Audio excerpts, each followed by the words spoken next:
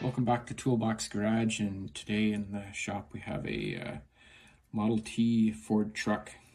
The Model Ts were built from 1908 to 1927.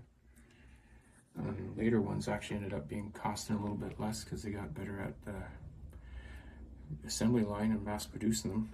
This one looks to me to be about a 24, has electric lights as opposed to acetylene like the first ones. So it has a magneto ignition in this. The magneto would also power the lights as well.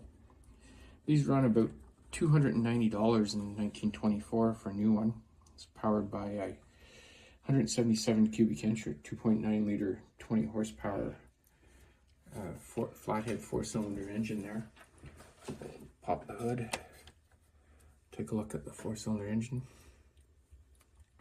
These were built pretty much everywhere around the world.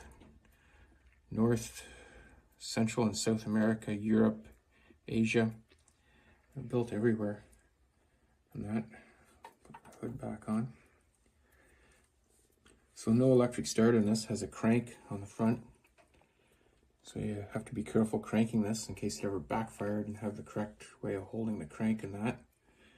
Because if it backfired, it could injure you.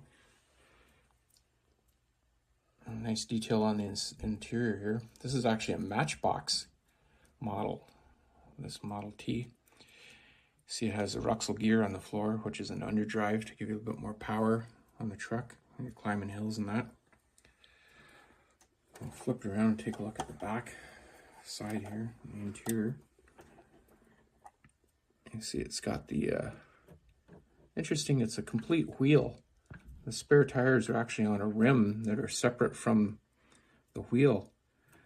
So that you could just pull the tire off, change it with the rim, and leave the wheel on there, but yet it has a whole spare wheel on the back. Not sure if that's correct. If you know, type it in the comments there. We'll flip it over here. Take a look at the underside. You know it's a truck because it has a worm drive rear end as opposed to a standard ring gear style rear end. That. See the underside of the 4-cylinder. Pretty simple.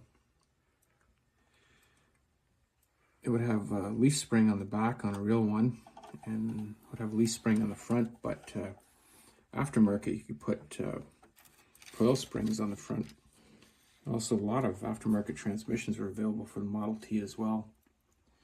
You have 3 pedals on the floor, one being your brake, reverse and high and low range, and a parking brake at the left, and your brakes were just a band tightened around the transmission, so there are actually no wheel brakes other than the parking brake on the rear of it, and your throttle and your spark advancer on your steering column. And that.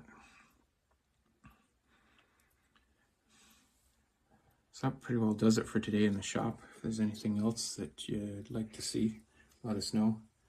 Until next time, stay safe, and we'll see you then.